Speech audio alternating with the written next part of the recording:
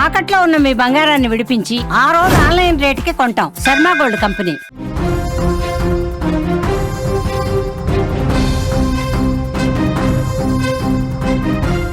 ఎన్టీఆర్ జిల్లా నందిగామలో విషాద ఘటన చోటు చేసుకుంది.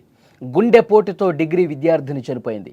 నడుస్తూ రోడ్డుపైనే కుప్పకూలింది నాగమణి. ఆసుపత్రికి తరలించేసరికే ఆమె చనిపోయింది. ఆమెకు అనారోగ్య సమస్యలు అసలు ఏమీ కూడా లేవని కుటుంబం చెబుతోంది. నాగమణి మృతిపై తీవ్ర దిగ్భ్రాంతి వ్యక్తమవుతోంది. కుటుంబం శోకసంద్రంలో మునిగిపోయింది. ఆమెకు కేవలం 18 ఏళ్ళు. ఎంతో ఆరోగ్యంగా చలాకీగా ఉండే వయసు. కానీ టీనేజ్ దాటకముందే నిండు 100 ఏళ్ళు నిండిపోయాయి. చనిపోయే క్షణం వరకు ఎటువంటి ఒక చిన్న ఆరోగ్య సమస్య కూడా లేదు. ఇప్పటి వరకు బాధించిన బాధలు అసలే లేవు. కానీ ఆ చిట్టి గుండె కొట్టుకోవటం ఆగిపోయింది. తనకు తెలియకుండానే క్షణాల్లో ప్రాణాలు వదిలేసింది. కాలేజీకి వెళ్ళి తిరిగి ఇంటికి రాకుండానే తిరిగి రాని లోకాలకు వెళ్ళిపోయింది. ఇటీవల కాలంలో పిల్లలను బలి తీసుకుంటూ అందరినీ కలవర పెడుతున్న గుండెపోటుతో ఎన్టీఆర్ జిల్లా నందిగామలో ఓ డిగ్రీ విద్యార్థిని తనువు చాలించింది. అనాసాగరం గ్రామానికి చెందిన నాగమణి నందిగామలోని ఒక ప్రైవేటు కాలేజీలో డిగ్రీ ఫస్ట్ ఇయర్ చదువుతోంది. సాయంత్రం కళాశాల నుంచి ఇంటికి వెళ్లే క్రమంలో సీఎం రోడ్లో స్నేహితురాలతో కలిసి నడుచుకుంటూ వెళ్తున్న ఆమె ఉన్నట్టుండి ఒక్కసారిగా కుప్పకూలిపోయింది. నడుచుకుంటూ వెళ్తోంది. మెల్లగా నడుచుకుంటూ ఫ్రెండ్స్తో మాటలు చెప్పుకుంటూ వెళ్తున్న ఆమె సడన్గా ఒక్కసారిగా కుప్పకూలిపోయింది. అక్కడున్న వాళ్ళు వెంటనే ఆమెను స్థానిక ప్రభుత్వ ఆసుపత్రికి తీసుకెళ్లారు. అయితే అప్పటికే ఆమె చనిపోయినట్టు వైద్యులు చెప్పారు. గుండెపోటుతో చనిపోయింది అని వైద్యులు చెప్పడంతో కుటుంబ సభ్యులు ఒక్కసారిగా షాక్ అయిపోయారు. నాగమణికి అసలు ఎలాంటి అనారోగ్య సమస్యలు లేవని ఆ కుటుంబ సభ్యులు చెప్తున్నారు. ఎప్పుడు ఏ ఒక్క చిన్న సమస్యతో మేము హాస్పిటల్కి తీసుకెళ్ళింది లేదు. ఒక్కసారిగా ఆమె ఎందుకు కుప్పకూలిపోతుంది, ఏంటి రీజన్ అని చెప్పి ఆ కుటుంబ సభ్యులు ఆ డాక్టర్లని కాళ్ళ మీద పడ్డంత పరిగింది. ఉదయం కళాశాలకు వెళ్లే సమయంలో గ్యాస్ సమస్య అని చెప్పి ట్యాబ్లెట్ వేసుకుని వెళ్ళింది. ఆమె చనిపోయే క్షణం వరకు బాగానే ఉంది. ఒక్కసారిగా కుప్పకూలిపోయి ప్రాణాలు కోల్పోవడంతో అంతా అసలు వాళ్ళకి ఏం చేయాలో అర్థం కావట్లా. ఎందుకు ఈ విధంగా జరిగిందో అంతుపట్టని విషయంగా ఉంది. కుమార్తె మరణ వార్తతో తల్లిదండ్రులు రోదన పూర్తిగా ఆ కుటుంబ సభ్యులందరూ కూడా తీవ్రమైనటువంటి శోకంలో మునిగిపోయి ఉన్నారు. ఈ మధ్యకాలంలో గుండెపోటుతో చనిపోతున్న వాళ్ళ సంఖ్య పెరుగుతోందండి. వాళ్ళు ఈ వయసు ఆ వయసు అని లేదు. గుండె జబ్బుతో గుండెపోటుతో ఉన్న పళంగా వాళ్ళు ఏ పనిలో ఉన్నా సరే, వాళ్ళు ఏ శుభకార్యంలో ఉన్నారా, కాలేజీలో ఉన్నారా, బస్ స్టాప్లో ఉన్నారా, రోడ్డు మీద నడుచుకుంటూ పోతున్నారా, ఎప్పుడు ఏం జరుగుతుందో తెలియట్లేదు. ఉన్న పళాన ఆన్ ది స్పాట్ కుప్పకూలిపోయి ప్రాణాలు వదులుతున్నారు. ఏదో ఆసుపత్రికి తీసుకెళ్ళి 1-2 రోజులు అక్కడ చికిత్స పొందుతూ అలాంటి పరిస్థితి కూడా లేదు. ఆన్ ది స్పాట్ చనిపోతూ ఉన్నారు. అంత దారుణమైనటువంటి ఘటనలు మనం చూస్తూ ఉన్నాం. ఒకప్పుడు గుండె జబ్బు అనగానే మనకేమనిపిస్తుంది, 60 ఏళ్ళు 70 ఏళ్ళు కనీసం 50 సంవత్సరాలు పైబడ్డాక వస్తుంది అనుకుంటారు. అలాంటి వృద్ధులకే వస్తుంది గుండెపోటు అనుకునేవాళ్ళం. కానీ ఇప్పుడు పూర్తిగా పరిస్థితి తల్లకిందులైపోయింది.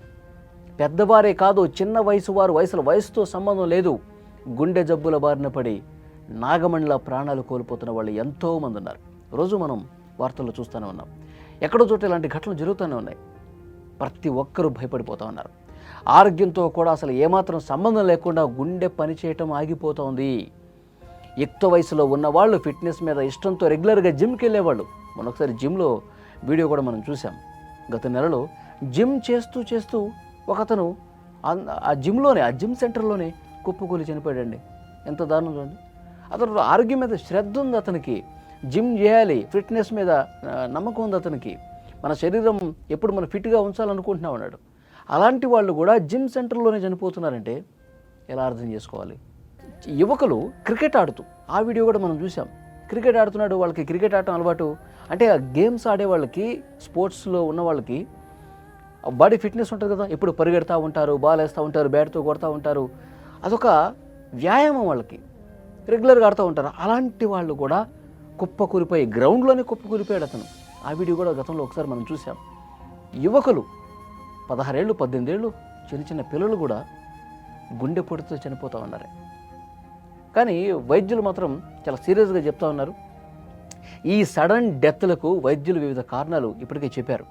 ముఖ్యంగా మన జీవనశైలి కారణం. మన జీవనశైలి మనం మార్చుకోవాలి. మనం తినే ఆహారం, మన అలవాట్లు ఇవన్నీ కూడా మార్పు రావాల్సిన అవసరం ఉంది. మనకేం తెలియదు, మనంతా బాగానే ఉంటాం. మనం పని చేసుకుంటాం, స్కూల్కి పోతాం, ఆఫీసుకి పోతాం, కాలేజీకి పోతాం, మన పనుల్లో మనం నిమగ్నం అయిపోతాం. మనకే ఆరోగ్య సమస్యలు లేవనుకుంటాం, మనం చాలా హెల్తీగా ఉన్నాం అనుకుంటాం, మన శరీరం చాలా ఫిట్గా ఉందనుకుంటాం. కానీ ఒక్కసారిగా ఉన్నప్పుడు ఎందుకు కుప్పకూలిపోతున్నారంటే లోపల మనకు తెలియకుండా కొంత డ్యామేజ్ జరుగుతోంది. లోపలే అది స్టార్ట్ అయిపోతుంది. అది మనకు తెలియట్లా, మనం తెలుసుకోవట్లేదు. ఎందుకంటే సిమ్టమ్స్ ఏం కనిపించవు కదా. చాలా ఆరోగ్యంగా కనిపిస్తాం, నవ్వుతాం, మాట్లాడతాం, సినిమాలకు పోతాం, షికార్లకు పోతాం, చదువుకుంటాం, జాబులకు పోతాం. కానీ లోపల ఏం జరుగుతున్నది కూడా ఒక్కసారి మనం కనిపెట్టుకుంటూ ఉండాలి. అది వయసుతో సంబంధం లేదు. రెగ్యులర్గా మనం ఎలాంటి ఆహారం తీసుకుంటున్నాం, మంచి ప్రోటీన్స్ ఉన్న ఆహారం తీసుకుంటున్నామా, లేదంటే నూడిల్స్, పిజ్జాలు, బర్గర్లు, ఫ్రైడ్ రైస్లు ఇలాంటి ఆయిల్ ఫుడ్స్, జంక్ ఫుడ్స్ ఇవి ఎక్కువగా తీసుకుంటున్నామా? ఇవి తీసుకుంటే కనుక మనం అవాయిడ్ చేయాలి. బయట ఫుడ్ ఎంత దారుణంగా ఉంటుంది, ఎలాంటి ఆయిల్ వేస్తారు కదా. సో వీటి మీద జాగ్రత్తగా ఉండాలని చెప్తున్నారు వైద్యులు. ఇంట్లో వండినటువంటి ఫుడ్నే మనం 99% ఎప్పుడోకప్పుడు మనకి ఇంట్లో అవకాశం లేనప్పుడు, లేకపోతే ఎప్పుడో ఒకసారి ఫ్రెండ్స్తో ఫ్యామిలీతో బయటికి వెళ్ళినప్పుడు అలా తీసుకోవాలి. కానీ అకేషనల్గా 99% ఇంట్లో వండినటువంటి ఫుడ్ని తీసుకోండి, మీ ఆరోగ్యాన్ని కాపాడుకోండి అని చెప్పి వైద్యులు చెప్తా ఉన్నారు. ఇంకొక ముఖ్యమైన విషయం, చాలామంది వ్యాయామం చేయటం మానేశారండి. కనీసం నడవట్లేదంట చాలామంది. ఉదయాన్నే లేచిన దగ్గర నుంచి ఎవరి పనుల్లో వాళ్ళు నిమగ్నం అయిపోయారు. కనీసం ఒక అరగంట నడుద్దాం, ఒక అరగంట వ్యాయామం చేద్దాం, అరగంట 30 నిమిషాలు అంతే. 24 గంటల్లో కనీసం ఒక 30 నిమిషాలు కూడా మనం మన శరీరానికి పని చెప్పకపోతే, కనీసం వ్యాయామం చేయకపోతే ఇలాంటి సమస్యలే వస్తాయని చెప్తా ఉన్నారు. ఇంకొకటి, నిద్ర లేకపోవటం. ఇది ఇంపార్టెంట్ చాలా. మనిషికి కనీసం 8 గంటలు నిద్ర ఉండాలి. చాలామంది మధ్యకాలంలో ఈ సోషల్ మీడియాలో పడిపోయి, స్మార్ట్ ఫోన్స్లో పడిపోయి రాత్రుళ్ళు మేల్కొంటా ఉన్నారండి. బెడ్ మీదకి 10 గంటలకు ఎక్కుతారు, కానీ వాళ్ళు ఫోన్లు చూసుకుంటూ, రీల్లు చూసుకుంటూ, కాలక్షేపం చేస్తూ 12-1 గంట అయిపోతుంది. ఉదయాన్నే లేచేది మళ్ళీ 6 లోపే లేచిపోతారు. ఎందుకంటే స్కూల్కి వెళ్ళాలను, కాలేజీకి వెళ్ళాలను, ఆఫీసులకు పోవాలను. 6ంటికి లేస్తారుగా. ఎక్కడ నిద్ర సరిపోతుంది? 4-5 గంటలు పడుకుంటే నిద్ర సరిపోతుందా? నిద్రలేమి కూడా చాలా డ్యామేజ్ చేస్తుంది. ప్రతి ఒక్కరూ గుర్తుపెట్టుకోవాల్సినటువంటి విషయం. సో ఇలాంటివన్నీ కూడా మన జీవనశైలిలో మార్పు చేసుకోవాలి. అప్పుడప్పుడు చెకప్ చేసుకోవాలి. మనకి కొలెస్ట్రాల్ స్థాయిలు ఏ విధంగా ఉన్నాయి, గుండెకి సంబంధించిన అవి డయాగ్నోస్ చేసేటటువంటి ఉంటాయి కదా, చెక్ చేసుకోవాలి ఒకసారి. సంవత్సరానికి కనీసం ఒకసారి చెక్ చేసుకుంటే ఏమైనా చిన్న చిన్న తేడాలు ఉంటే డాక్టర్ల సహకారంతో వాటిని సరి చేసుకోవచ్చు అని చెప్తున్నారు. మనం జీవనశైలి మార్చుకోవాలి, ఆహారం మార్చుకోవాలి, తర్వాత వ్యాయామం చూసుకోవాలి. ఇవన్నీ కరెక్ట్గా ఉంటే ఇలాంటి సడన్గా కుప్పకూలిపోయే పరిస్థితులు ఉండవు. మన గుండె మన చేతిలో ఉంది. మన గుండె ఆరోగ్యం పదిలం చేసుకోవటం, కాపాడుకోవటం మన చేతుల్లోనే ఉంది. చాలామంది స్మోకింగ్లకి అలవాటు పడుతూ ఉంటారు. అది కూడా చాలా డేంజర్. స్మోకింగు, మద్యం అలవాటు ఇవన్నీ బంద్ చేసుకోవాలి. సో డెఫినెట్గా వైద్యులు, నేను చెప్పేది కాదండి, వైద్యులు చెప్పే విషయం నేను చెప్తున్నా. మనం ఇలాంటి ఆల్ ఆఫ్ సడన్ ఈ విధంగా గుండె ఆగిపోయి చనిపోయే పరిస్థితి ఉంటే కుటుంబాలు ఏమైపోతే ఒక్కసారి ఆలోచించుకోవాలి. మన మీద ఎన్నో ఆశలు పెట్టుకున్నటువంటి కుటుంబాలు ఉంటాయి. మన తల్లిదండ్రులు కావచ్చు, మన పిల్లలు కావచ్చు, మన తోబుట్టులు కావచ్చు. జరగకూడనిది జరిగితే మన అజాగ్రత్త వల్ల, మన నిర్లక్ష్యం వల్ల మన కుటుంబాలు ఎంత బాధపడతాయి.